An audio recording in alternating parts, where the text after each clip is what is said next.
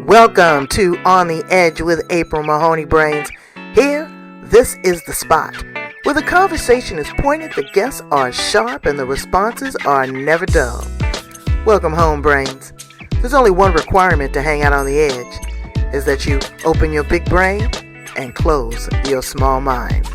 Did you bring your thinking caps? It's time to put them on, because the conversation starts now. Well, from my lips to God's ears, I'm so glad to have you here on the edge. Sarah Lips of Fallbrook. Fallbrook's right up the road from me, Brains. And let me tell you, this woman here is about dollars and cents, because if it don't make dollars, it don't make sense. And we need to be financially literate, especially women. I have to say, especially women. You know, men know how to do it. They're hunters and gatherers. They know how to make $1 out of 15 cents. But women, for some reason, it seems like you're afraid of money. And you better get with the program, because we're about to take over the planet. You know, and so Absolutely. You need to know how to make it. You know how to invest it, how to spend it, how to secure it, all of that. So we're going to try to get that in a 30-minute conversation. But I sent Sarah a little gift. And y'all know, anybody that's been on my show, I send you a love offering every single time because I appreciate you. And I sent her some beautiful blessing oils. And tell me your ritual that you do with it. Share that with my brains. Oh, absolutely. Happy to, April. Thank you so much for having me here this morning. So yes, I have a ritual that I do daily, at least once a day.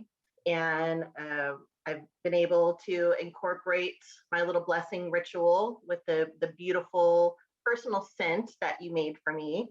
And not knowing me really well, I don't really do scents that are super floral and sweet. So you kind of gave me just the right combination of woodsy and a little floral.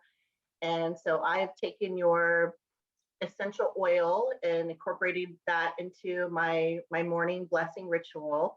And I bless myself below both of my earlobes and just say, dear God, please, allow me to hear your word today, and put it on my throat. Please allow me to speak your words, as well as God, protect the thoughts that come into my mind. Let them be from you.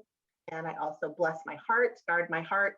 And I put it on the back of my neck because I know that God's got my back. Did you see that, Brains? You better try to get with the program. We're going to get it with the program. Thank you so much for that, because that makes me feel good. That might be something that I incorporate in my daily ritual. Absolutely. So, Sarah Lips, girl, tell me your story, and then tell us how you got into finance, of all things in the world. Okay, well, how much time do we have? No, I will. I'll share with you, with the audience, and it's basically like we're just having a conversation here. But whoever's listening, I hope that there's parts of this that you can definitely relate to. So the biggest part of my story is, unfortunately, 10 years ago, this past January, I lost my husband. We were together for 21 years. We were, high school sweethearts, happily married, had 4 children. And he left to go play golf with some friends. He was at a charity golf tournament, and unfortunately got thrown off the golf cart, landed on his head, and never regained consciousness. So wow. At 38 years old, that was not part of my long-term, my personal nor my financial plan to, be left to raise 4 small children alone. And my children at the time were 13, 11, 4, and 2. So I had two babies, an adolescent, a just, teen. And so adjusting to, a new normal for me was big. And I didn't know how that was going to happen. I'll come right out and say that I was mad at God for, probably a good solid year. It took me a while. Like a year. Some people is still upset. And again, just out a fluke accident, just out on afternoon exercise, recreation. Yeah, just out having fun. And I never hear that. Now, you see they're kind of rickety or whatever, but I just really, when you told me that, it was like, wow. And I know you were devastated. I'm devastated just hearing about it. And I can hear Oh. the tenderness in your voice. And, you know, as you get to know me better through, you know, our conversation here, I've always been a multitasker. I was a waitress, a cocktail waitress. I was a spokesmodel for various companies and programs over the years. I can multitask. The day I lost my husband, and throughout that first year, I couldn't even chew gum and tie my shoes in the same sentence. It was just too overwhelming. And so where do you start? You're in the survival mode. You're just doing the best to provide for your family, to pick up the pieces. And, you know, quite honestly, my husband and I, we were not prepared financially. We had a small construction business. He was a granite slab contractor, and I supported him behind the scenes with his business, with sales and marketing, and even picked up the granite material. I did all the bids. I, you know, did all that busy work so he could just focus on creating this, you know, these beautiful works of art from Mother Nature. And so I, you know, I said, okay, what do I do with where I am right now? Well, fortunately, I was called, and I believe that, you know, God was like, he just put this burning sense in my belly about, let's see, 6-8 years before. So when my older two children, who are now 21 and 23, when they were 2 and 4, I felt led to go back to school and to work on my master's in business. And at the time, it wasn't something that I needed to have. It wasn't going to promote me in, you know, our little mom and pop business, but it was something that I was led to do to really better myself as, you know, a person, to work on my identity. I knew who I was as a wife. I knew who I was as a mother. I knew where my place was in the business.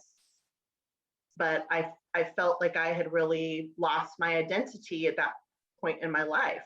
And absolutely. So the one thing that I knew how to really better myself was through education. And it doesn't matter how old you are, where you come from, we never stop learning. And so I felt compelled to take that time, which may have been a little bit selfish, but my family supported me. And so I took 3 years out of my life. I went back to school. And now this was post your husband's passing, or pre? This was pre. Okay. Yes. All right. So great. So you did this, and then of course it couldn't do anything but enhance the work that you were currently doing with the business. Now let me ask you, you had a petite business. With that, did you have the things in place? I mean, you know, when you're running your own business, there's medical insurance. That's you, or, you know, there's workers' compensation insurance for any people that are working with your husband or even for your husband. There is, you know, personal liability. All of these financial components, did you have those streamlined in place, or were they kind of hit and miss along in the business? Because sometimes it's hard to cover all of those expenses. Absolutely. And that's a great question. So I think there was at one point we had maybe 5 employees, which, you know, you have to kind of get to that sweet spot where having a couple guys is more beneficial, but then the larger you grow, unless you really scale your business, you're just babysitting. There's more things for you to manage than you really being able to be productive. Right. For example, you know, we had a project where we sent out a crew that we had just hired to go set some tile, and my husband was, you know, doing granite on another project, and we go to check on to see how things are going.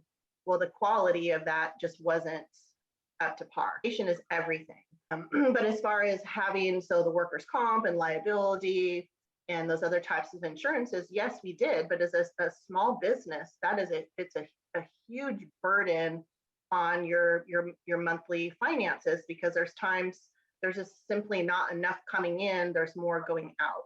And imagine that client, you know, suing you if your husband didn't go in and rework it. then you've Oh, got absolutely, got absolutely. a liability there against you. So moving forward, you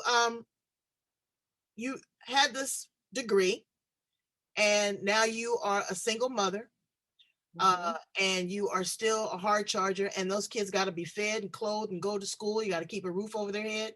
How did you jumpstart into the world of finance, and how did insurance and financial planning find you? Okay, thank you. That's a great segue into kind of bringing everything full circle. So when I had gotten my master's in business, and again, my husband was still living. At that time, we had two children. I was really looking for something where I could be close to home, bring in significant income to the family without, having to be on the road 3 or 4 hours a day commuting, with corporate America. And an MBA is a very well-rounded degree. I could have got hired anywhere, but my top priority was taking care of my children.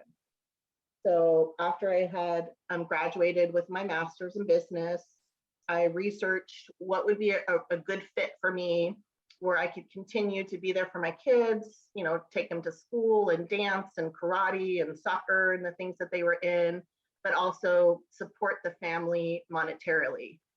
And so immediately after I got my master's, I got a broker's license in real estate, as well as my insurance license, became a notary public, and was kind of a little one-stop shop.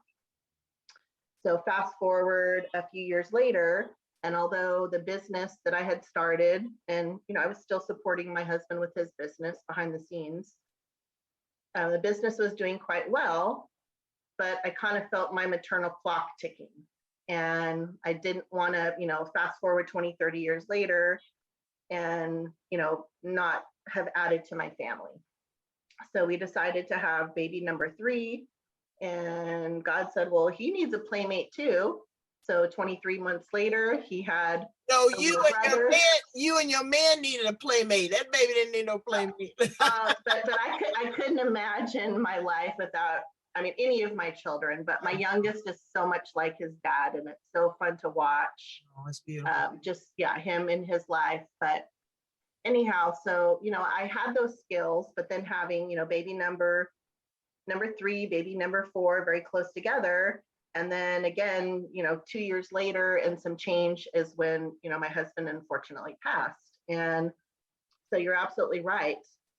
Not just looking at the circumstances, how do I juggle day-to-day activities, just getting the kids to school, picking them up, getting them to their, extracurricular activities, dance and sports and what have you. But how do you pay the bills?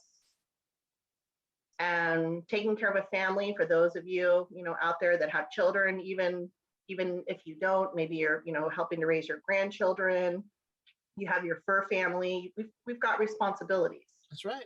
So really, putting things into perspective. And so I had to take a hard look. As much as I knew that, God has given me something beautiful between my ears to use for the greater good, but at that time, what is my best bet to be able to provide for my family?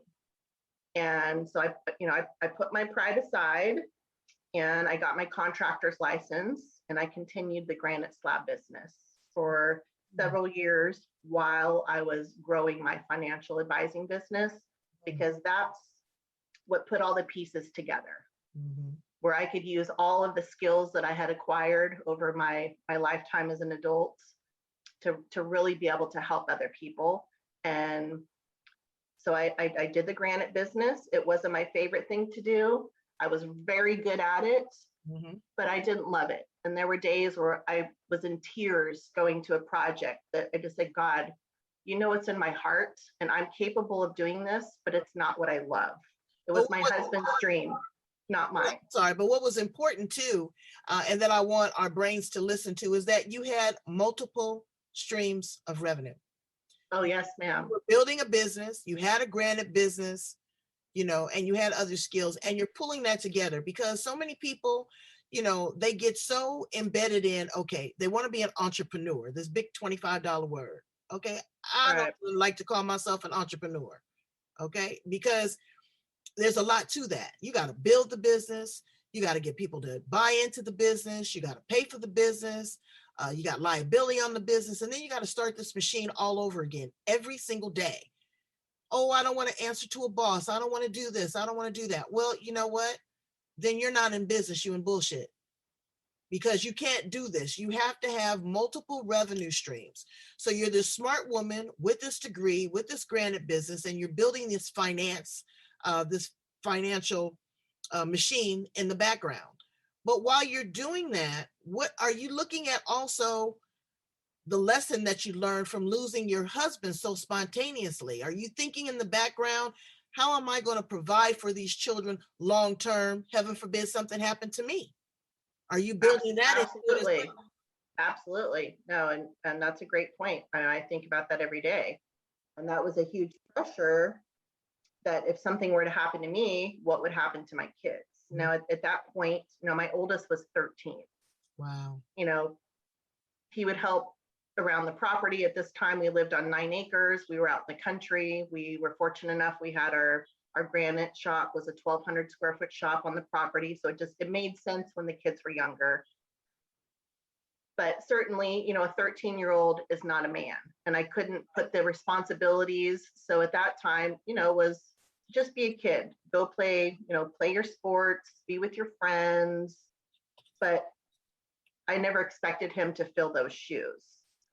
So how did that work on you internally as a woman? Were you on automatic? I was on autopilot for years. Yeah, there was no time for you to kind of reset, yourself. No. You had so much to think about. That first year, so besides, I told you I was just, completely numb and had just kind of done this to God, like, just here, talk to the hands, go away. Where are you? And so my kids, I kept them so busy, they didn't have time to be sad. It was 3 weeks after they lost their dad. What kept you, outside of that, when you finally broke through after that year, what did you do? What was that aha moment that you just said, you know what? I need a break. I need to do something for me. I decided, instead of pushing God away, to build an alliance with him. All right now. And that fear that kept me awake night after night, not knowing how food was going to be on the table, how projects were going to get done, how everything was going to happen, I just decided to just have blind faith and to believe in something that I couldn't see. Right. Is really the true definition of faith. It's not, we see something, then we believe it. If you truly have faith in whatever religion, whatever your background in, and I'm not judging if you're not Christian, if you're Muslim, whatever your background, but believing in something that's bigger than us. That's right. And so I just I'd raise my hand even in the middle of the night. I'd wake up for hours and cold sweat and not be able to go back to sleep, wondering how all of the pieces were going to come together. Mm-hmm. And so I decided to truly build an alliance with my God. All the time about finance and money. And what they don't seem to get is that money is a vehicle of exchange. Absolutely. It is an exchange mechanism, brains. It is not a human being. It doesn't have a heart. It doesn't have a voice. It doesn't have a spirit. It only has the power that you give it. But you need to be smart with money. Okay, it's just like your car is a vehicle. You need to be careful how you move it. An airplane is a vehicle. You need to be careful how you move it. Well, money. And you are into money management. Now, we want to talk a little bit about financial literacy. We could do 3 shows on that. I learned how to make $1 out of 15 cents when I was 5 years old. I have been an entrepreneur since I was 5 years old, literally. Always had multiple revenue streams. I could tell you about it, crack you up. My mother always had this philosophy about money. She would put her money in her wallet. All of it couldn't be crinkled up on the ends. All of it had to be going the same direction. All the heads on top. And she would always say, if you treat your money good, your money will be good to you. Now, talk to us a little bit about financial what they consider literacy. And literacy is the language, the understanding, the conversation, and the education around money. Am I correct? Yes, absolutely. So again, continuing on with my story was how do I take my experience, my knowledge, my skill set and do the greatest good? So I decided to really specialize in financial education for women. So we'll talk about that a little bit, as well as I'm creating financial literacy programs for young people, adolescents, teens, as well as young adults. But the financial literacy for women, that's really where it started for me, where I could put my experience as well as my passion to do the greatest good. And it all boils around education. If you don't know where you are, just like if you put in an address in your phone, GPS can't tell you where to go. All If right. you don't know where you are.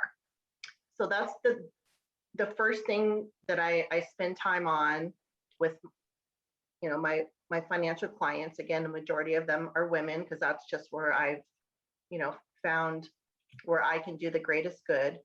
So you have to know where you are. So understanding and no judgment, whatever type of retirement accounts that you have, maybe you don't have those set up properly, you have an estate plan, you don't have an estate plan. None of that matters unless you know where you are. You have to know where you are. So that's the first thing, is really diving deep into what's your current situation. And then from there, I just guide them. So first educate and then empower them. So whether you've been married for 30 or 40 years, whether you're in a first marriage, whether it's a second marriage, finances, it's a very delicate topic. So we have to be careful, how we handle that. So, depending on the situation, there's not a one size fits all. Everybody is different, but you got to know where you are. But let me ask you a question. Sure. Don't you think that everyone should have their own nest egg? Because God blesses the child has got his own. Absolutely. Absolutely. Women, you get caught up in this.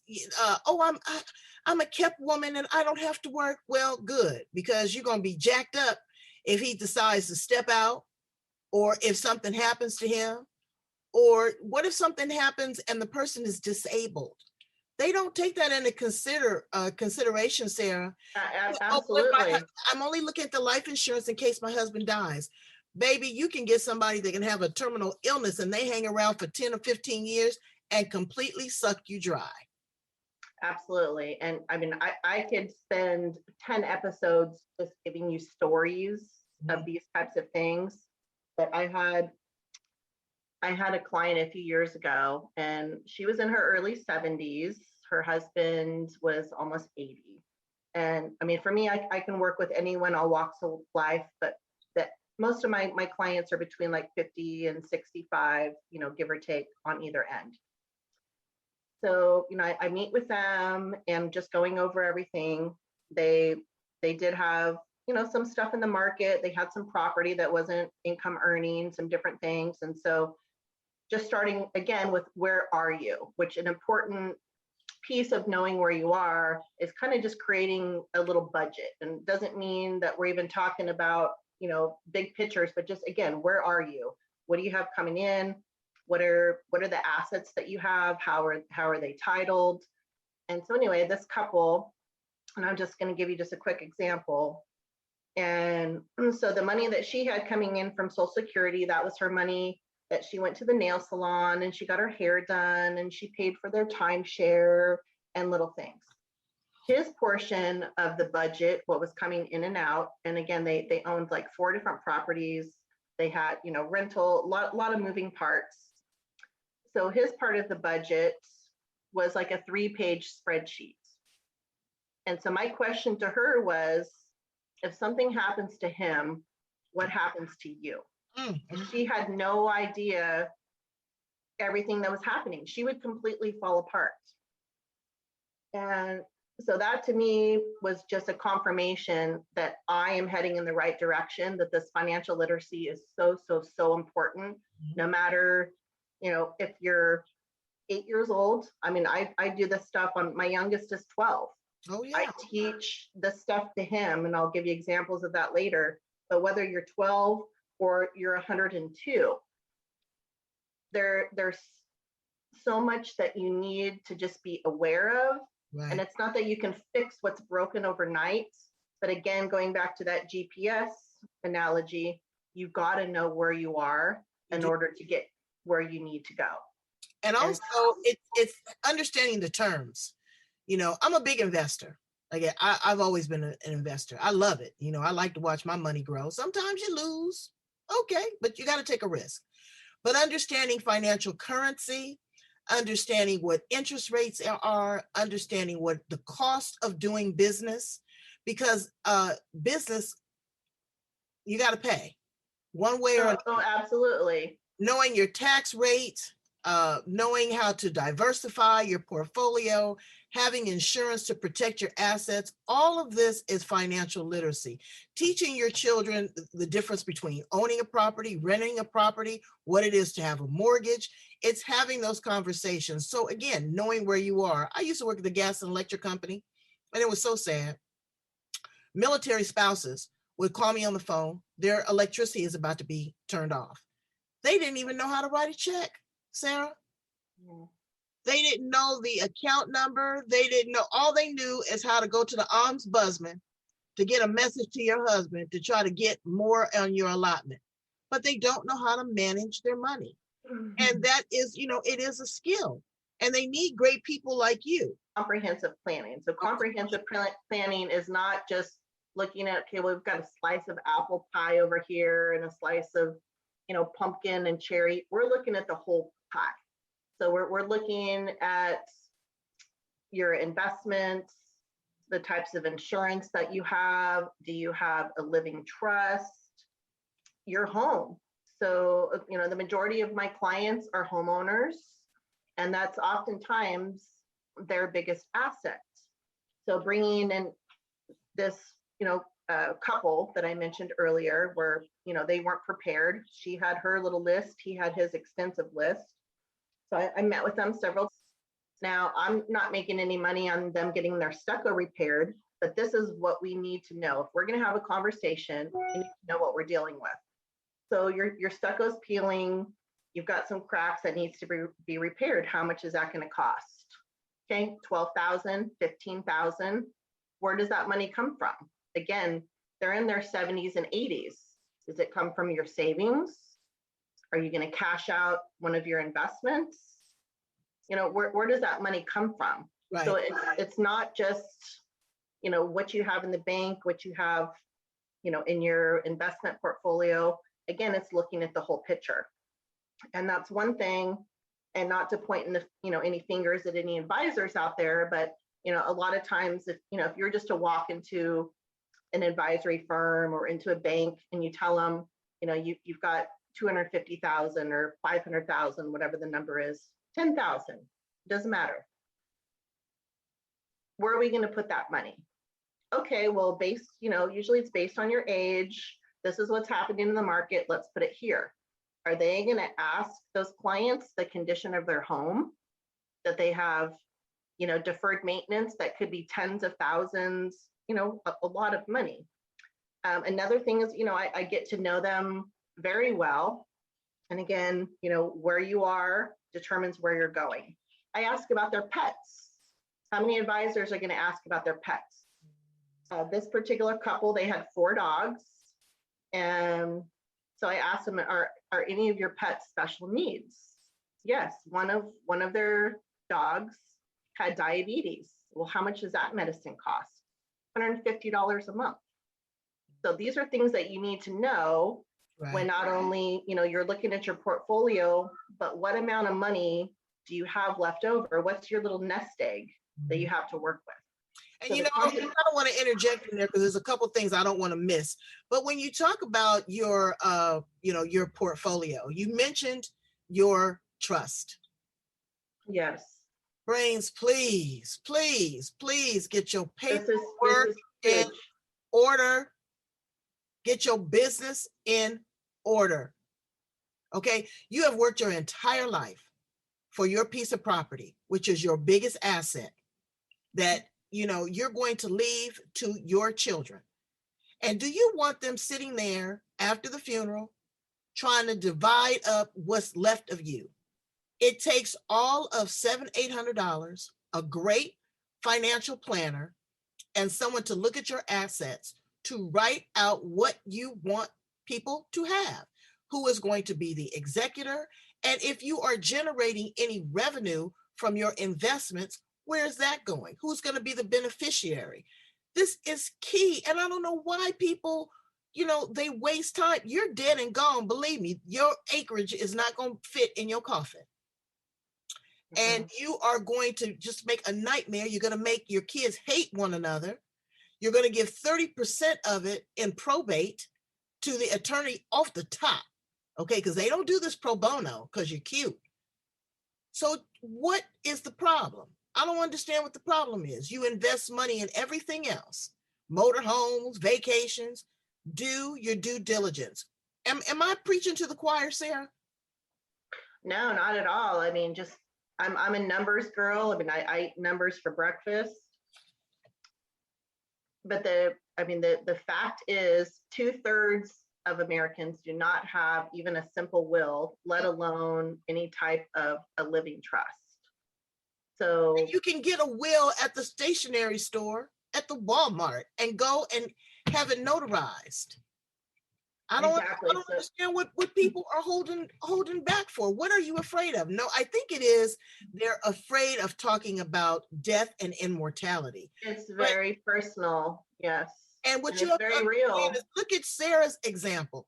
She wasn't having that conversation. The husband was out playing golf of all things. And look how her life was turned upside down. Oh, I'm sorry, but I just have to get on folks about that because I just don't get it. I just don't get it. It's like they don't care. What are you afraid of? You got to feel the fear and do it anyway. These are revenue generating assets, your car, your boat, your house, your life insurance policy, your investments, all of these things, they're critical and people just don't do it. And these are what's called assets. These are things that generate, income and revenue. This is the vehicle of exchange we're talking about. This is what keeping the machine running, right, Sarah? Absolutely. And it doesn't matter your circumstance. Yes. If you have significant assets, if you have over 100,000 in assets, you absolutely should get a trust done. But even if you don't have any assets, you still have, you need to get a will done. You need to do an advanced care directive. For me, that was a big thing because I was thinking, well, if something happens to me, what happens to my children? Who's going to raise my children? Absolutely. Right. Absolutely.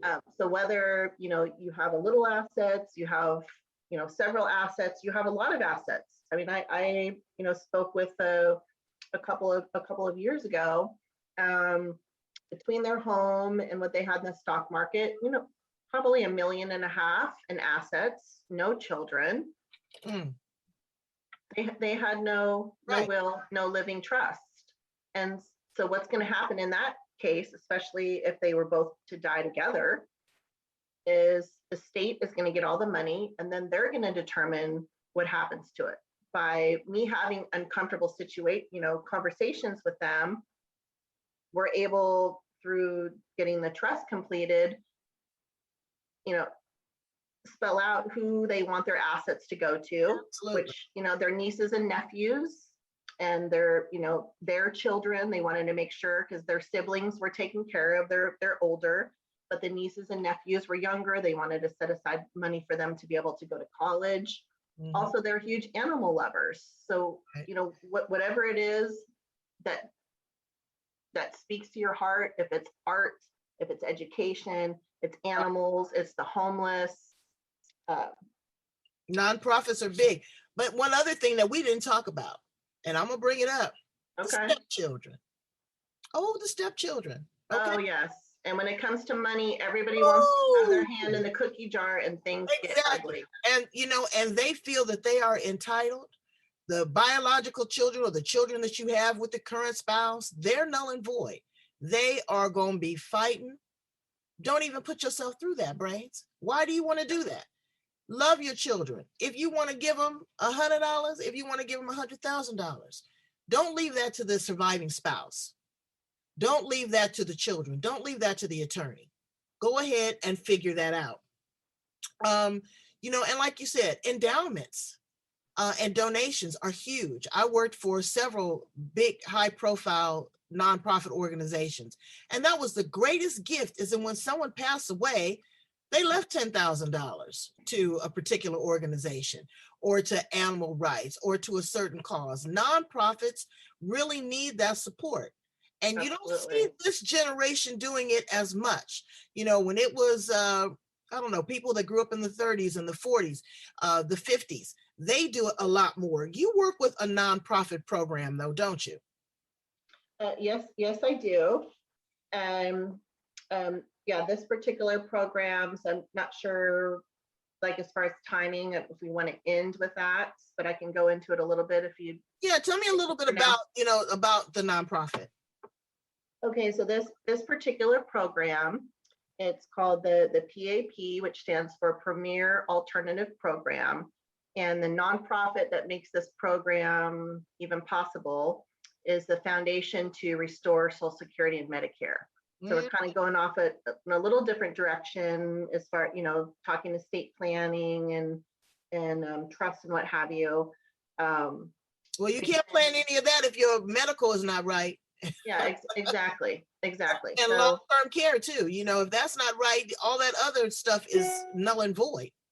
Exactly. So, and what's so amazing about this program, April, that I love, this company, so it's been in research and development for almost 7 years now. So this isn't something that they just pulled out of a Cracker Jacks box.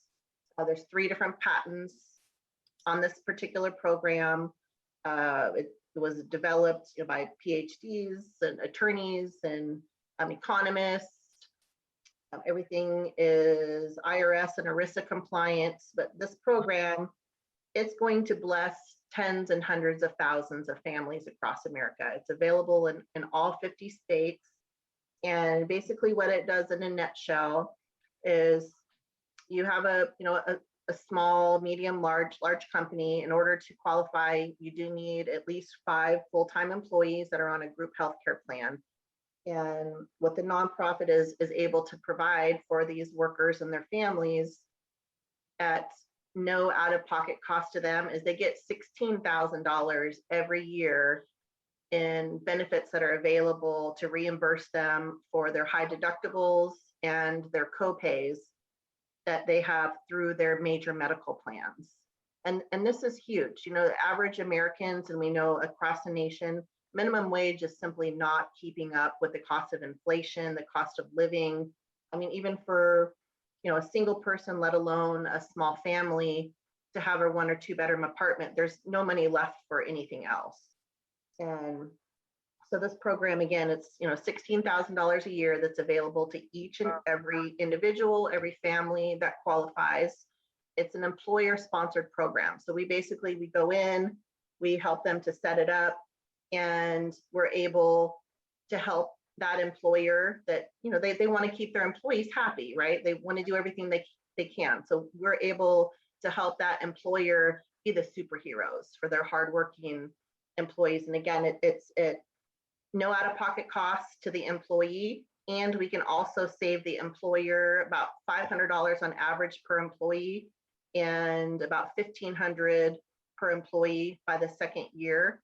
So if you've got a company with 100 employees, you know, saving $500 per employee, that's $50,000 a year. $50,000 a year. You can use that as bonuses. You can do a nice Christmas party now that hopefully, you know, we're able to come together.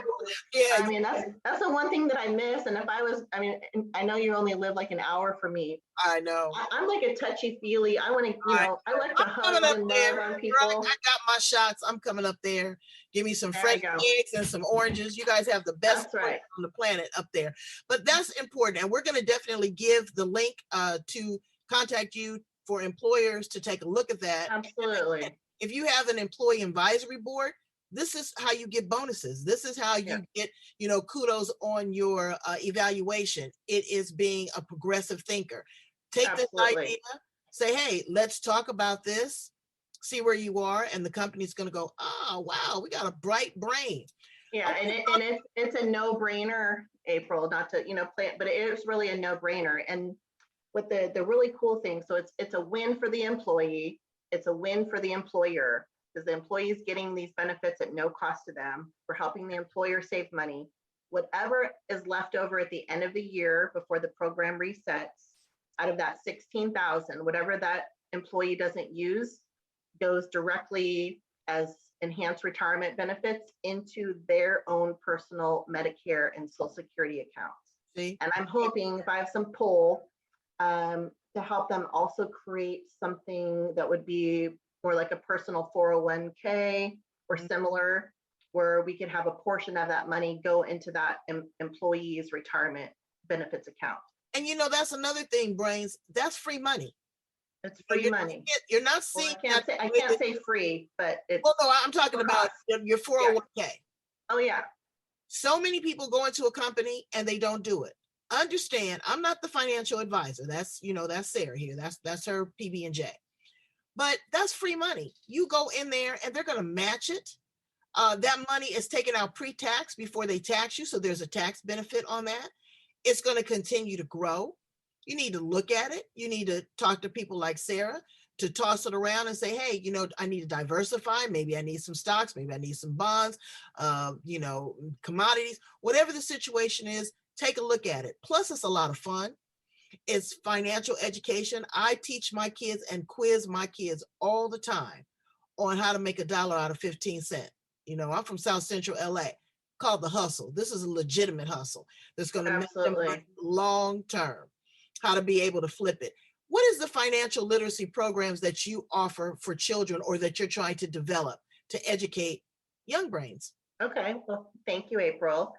So yes, this is a passion of mine, and again, a calling that really everything starts with the young brains. Whether the little guys, even say I was helping out at one of my older kids' soccer games, and we had a snack shack. And so I was collecting the money at the snack shack. Well, they could have just come up to me on the side and said, hey, mom, I want a granola bar or a Gatorade. So I, gave them some money out of my purse, told them to get in line like everybody else, right? This is what can I, get a Gatorade and a granola bar, a bag of chips or whatever. Just to understand that money is an exchange, okay? And this is, I'm talking, they were preschool and kindergarten. We need to start with our kids younger. When I was in high school, thankfully, I always excelled in math and science, but I didn't even get taught how to balance a checkbook. Yeah. Those are only classes for the kids that didn't do so well in math, that maybe would teach them little tiny life skills. So there's a huge gap, and I'll quote, this is one of my dear friends, Jake Owens, who just relocated to Seattle. But providing that gap between what school teaches and life expects. Right. We're simply not, we're not prepared. Our young people aren't prepared to understand how finance and all the moving parts, and it really affects everything in our life. Absolutely. And so I'm developing 3 separate programs all about financial literacy. The first one is for the adolescents, so 7 to 12 years old, for teenagers 13 to 17, and for young adults 18 to 24. And with COVID, things that have definitely been different, but 2 weeks ago, I was able to do my first live training with a group of high school seniors. Wow. And I was so impressed with these young ladies on the types of questions that they asked. They were very engaging. I gave them a lot more information than I think that they were expecting. But one of the homework assignments that I gave them was to simply go get a high school checking account. It's free.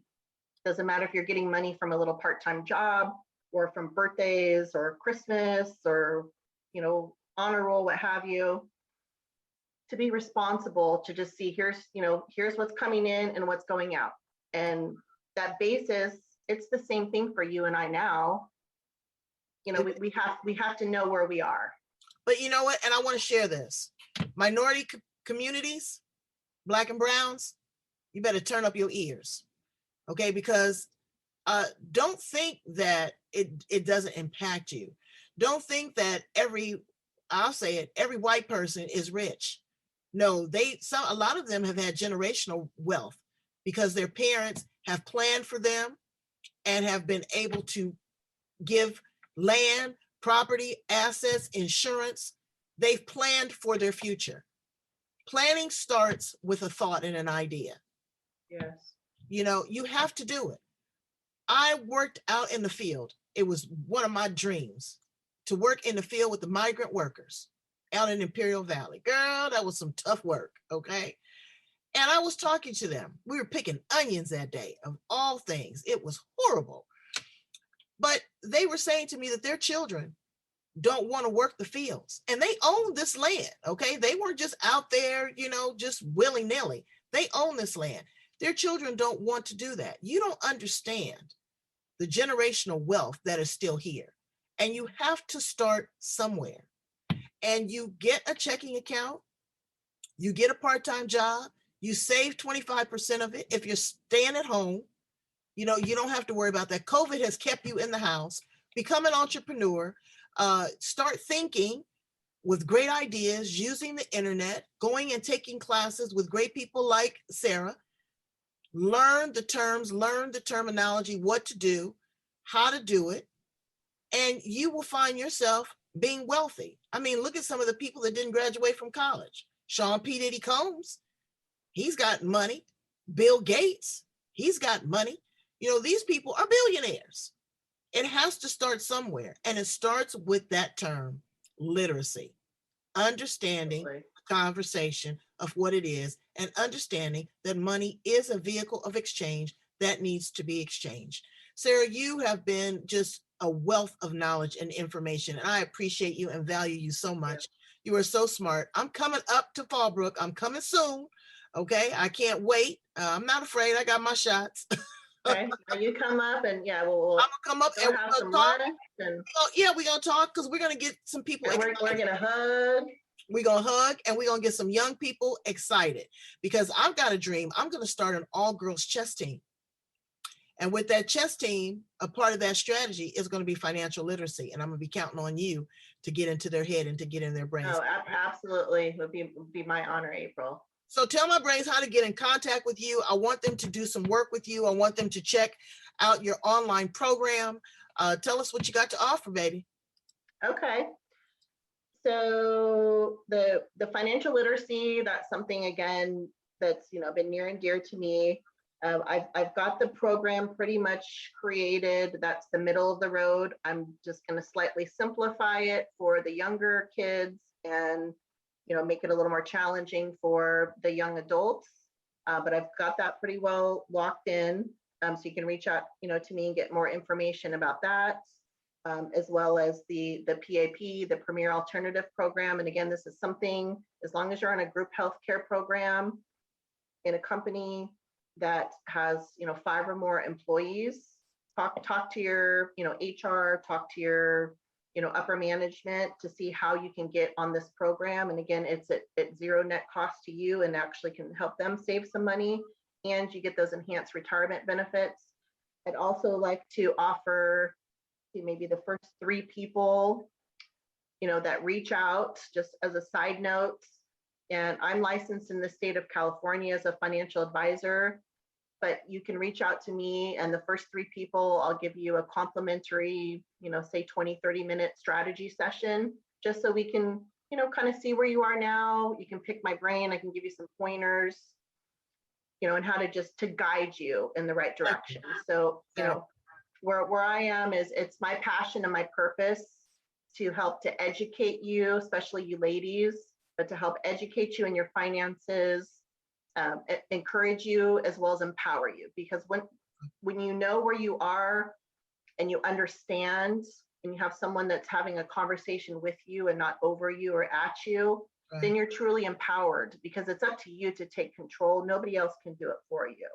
They can't. Nobody can take the wheel. Like you say, Jesus, take the wheel. And I'm so Jesus, glad. take the wheel. Yes, and I'm so glad that he's driving your car and not a golf cart. Yeah, oh, absolutely. You know? Amen, sister. But I'm so glad that you are here to, to share this information, because it's super powerful. And again, Brains, you never know. You never know what's going to happen. Anything, you could slip on a banana peel. You never know what's going to happen. So, you never know. So I just want to. Yeah. Oh, I'm sorry. Go ahead. No, I was going to say, just when you're ready, I'll share my email. You can also find me on Facebook, and I don't know if it's okay to share my phone number, whatever you're comfortable with, but just know wherever. Some people don't do social media, others are more phone people, some that don't have computers. Out all over the planet. We're going to put you out, because that's what we do here on The Edge. We make sure that people got the information. We don't just have you here because you're cute. Well, thank you. And I wasn't sure when I asked Miss April today. I didn't know if it was just going to be my voice and my picture, or if I had to look pretty. So the whole Monty, honey. We want it all, because I want people to resonate with my guests. That's what's important. I want them to see that this is a real human being, that this is just not somebody that's talking, that they have real life experiences. This is how we weave in and out of the conversation, because again, you have to be relatable. That's what people are investing in. Is emotional intelligence, and they're building their relationship capital here on The Edge. Absolutely. And bottom line, it doesn't matter where you are. There's no shame if you haven't gotten your will, your estate plan, if you don't know what's coming in and out of your finances. There's no shame in that.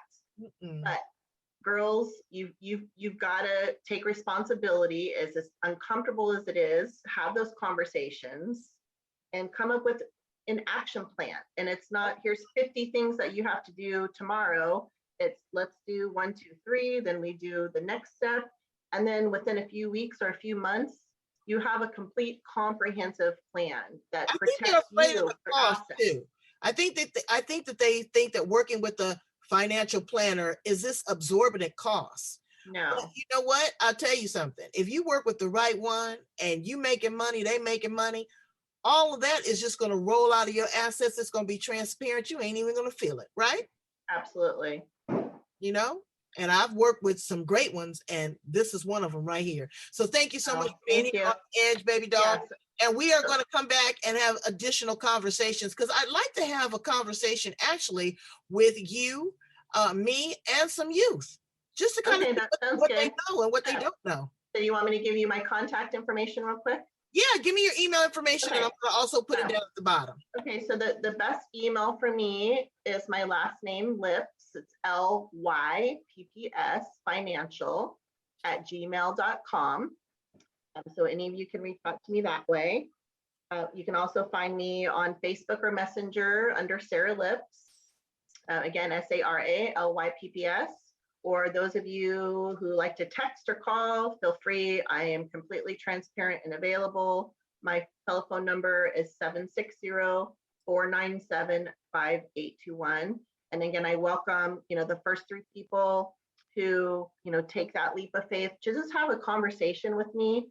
And, I promise you that, no judgment, but just to help to guide you in the right direction, that you can start taking those baby steps to really feel like you have, a hold and control of your finances, because it can be really overwhelming, but it doesn't need to be, as long as, you're part of a team. And that's what April and I are here to invite you to be not only part of our team, to be part of a family, to just, again, help guide you in the right direction, so that this doesn't have to be so uncomfortable.